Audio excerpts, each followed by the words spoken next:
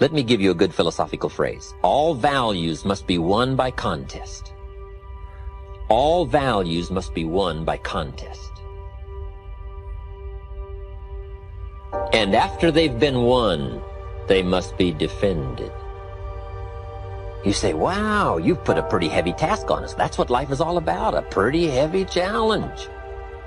We don't give large trophies for small effort. If you want to win high health, if you want to win high wealth, if you want to extend a long reach in touching people's lives, you got to engage in some of these extra powerful disciplines. And one is to secure the territory by vigor, and the other is to defend it with equal challenge. Attack. Life was designed not to give us what we want, not to give us what we need, but life was designed to give us what we deserve. Every value in life must be paid for, and those that pay are the ones that get it. It says those that give receive. Someone says, I wish to receive, I wish to receive. You don't have to concentrate on receiving. Just become a good giver. It says those that search will find. Someone says, well, I need to find some good ideas to help change my life for the future. Then to find good ideas, that doesn't come because you need them, because it comes because you search for them. If you want good ideas, you got to go after them. You got to go to the class, you got to go to the workshop, you got to go to the training, go to the book, right? You got to go to the journal, right? Go where good ideas are being taught, go searching, go looking, because good ideas are not going to be wasted on those that are not seeking, searching, well prepared. Get going, that's the key. Some people are ever learning, but they don't put it into action. They don't really take the action. It's like the man who keeps bringing materials to the building site and never builds anything. He keeps bringing in the sand and the gravel and the windows and the doors and the roofing material, and he just stacks up all these supplies, but he never builds anything. See, if you do that long enough, fairly soon they'll come and take you away. You've got to do something with what you've learned. You've got to take action. You've got to get going. So that's one of the most important things to learn, how to design your days, how to design your weeks, how to design the months, so that you take the proper action to get the proper return that you're looking for, whether it's economic or personal. Get going. It's a major key. When you change, when you get better, it'll get better. If you change, it'll all change. Don't put it on someone else. Hope that someone else will change it for you. Take responsibility for yourself. Take personal responsibility. You can't change the circumstances or the seasons or the wind, but you can change your reading habits. You can change whether or not you go for the skills, burn the midnight oil, turn yourself around, multiply your value by 2, 3, 5, 10. That you've got charge of. That you have control of.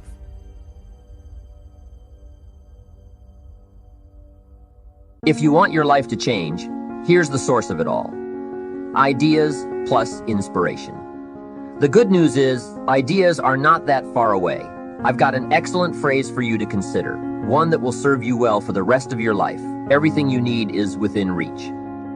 The ideas you need for life change or business change are within listening reach. They're within reading reach. In fact, there's probably a library not too far from you. The problem is, most people pass by libraries. Very few walk in. Andrew Carnegie set up all these libraries across the country thinking everybody would stop in. But no, almost everybody drives right on by. Do you know how many people own a library card in the United States? 3%. And guess how much they cost? Nothing. The ideas are within reach. But here's the key question. Who is going to reach?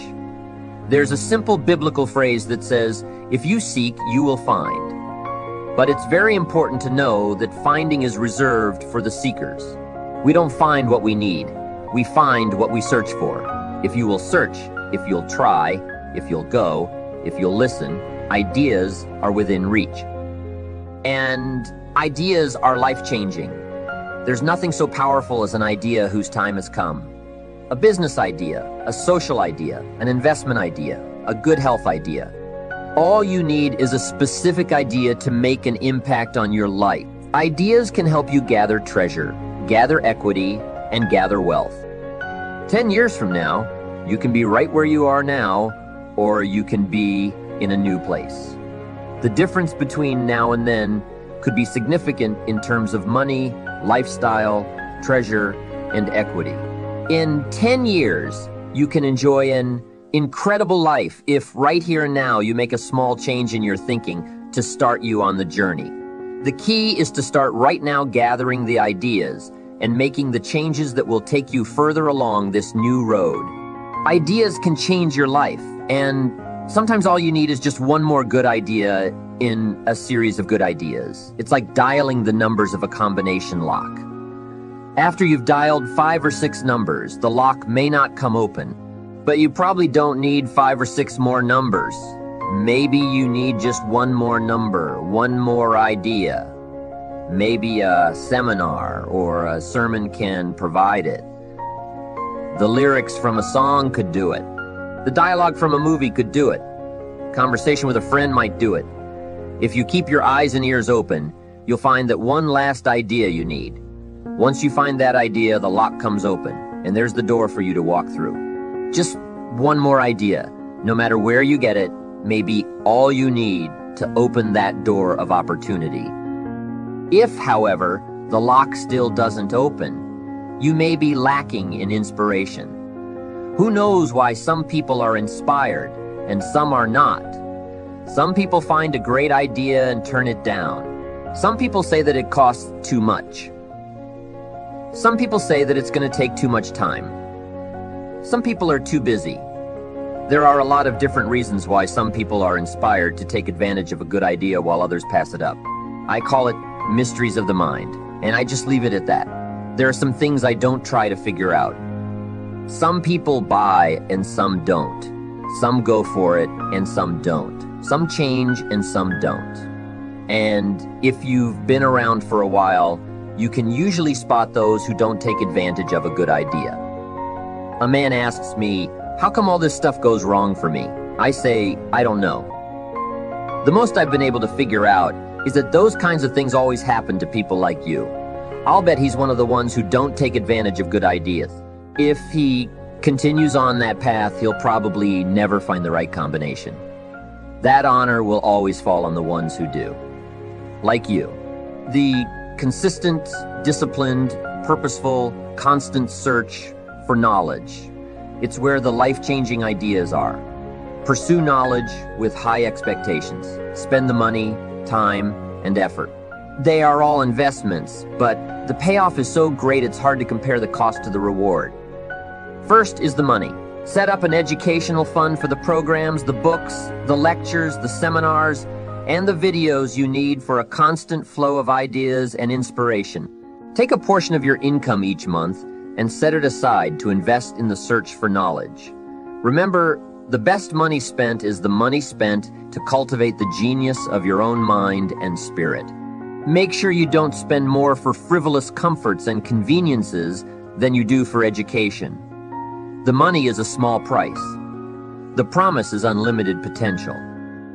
The next investment is time, which is an extremely valuable expenditure.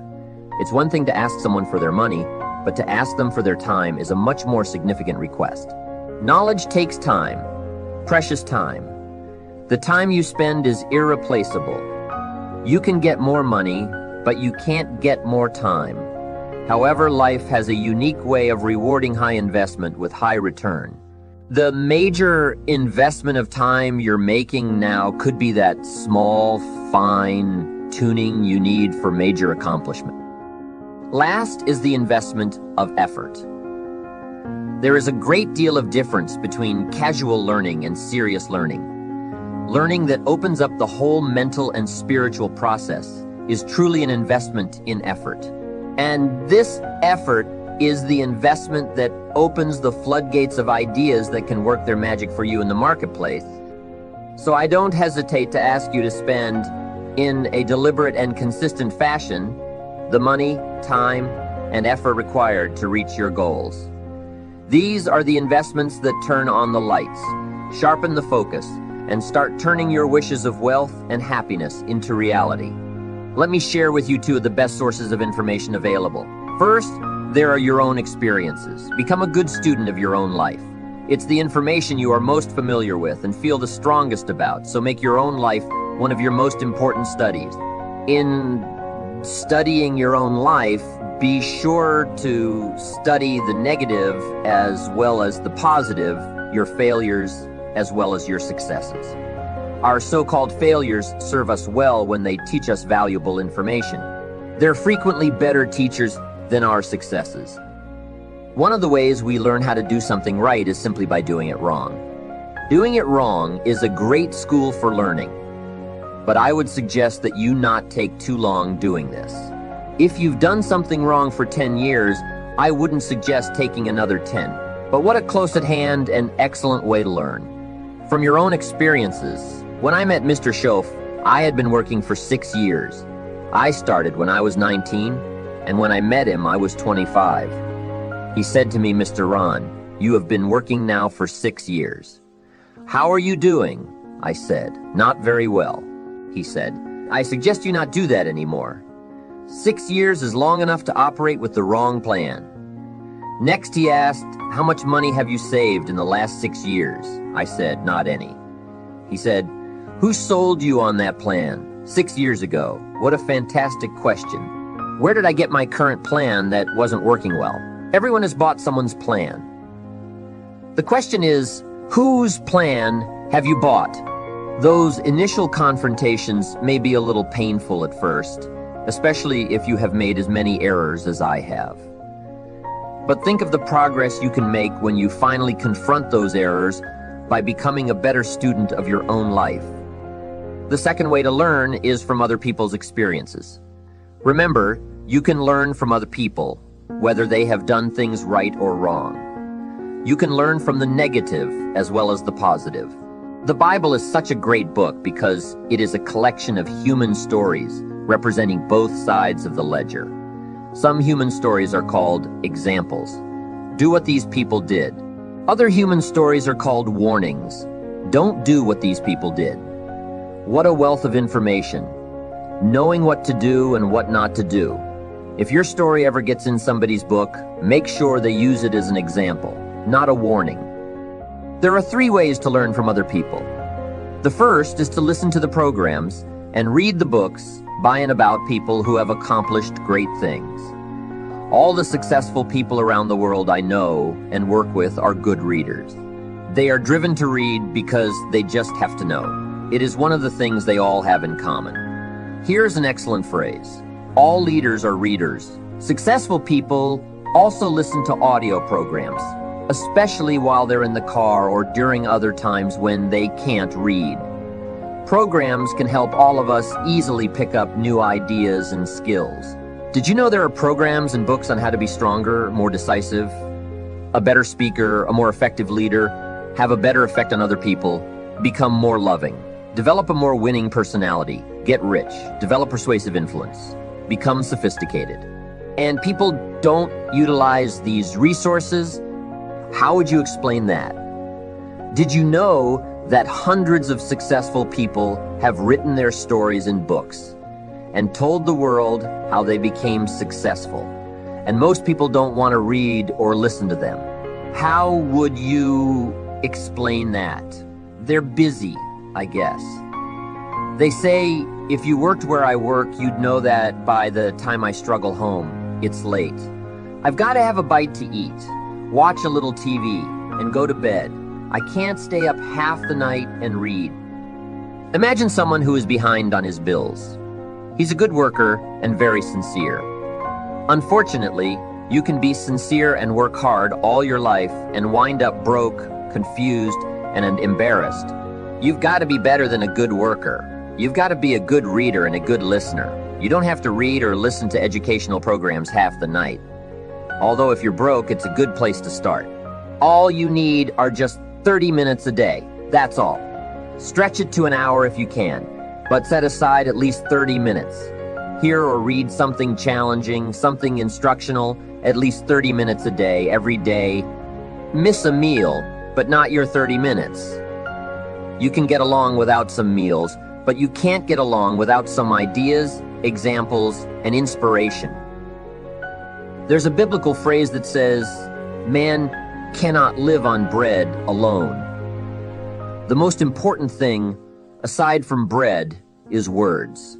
Words nourish the mind. Words nourish the soul. Humans have to have food and words to be healthy and prosperous. Make sure you have a good diet of words every day. And remember that to properly feed the mind, you must maintain good balance. Don't just read or listen to the easy material. You can't live on mental candy. With good books and programs, you can tap into the treasure of ideas. And if somebody has a good excuse for not tapping into the treasure of ideas for at least 30 minutes every day, I'd like to hear it. You wouldn't believe some excuses I've heard. Don't make the same mistake. Invest the money, get the programs and books. The best money you can spend is money invested in your self-education. Don't shortchange yourself when it comes to investing in your own better future.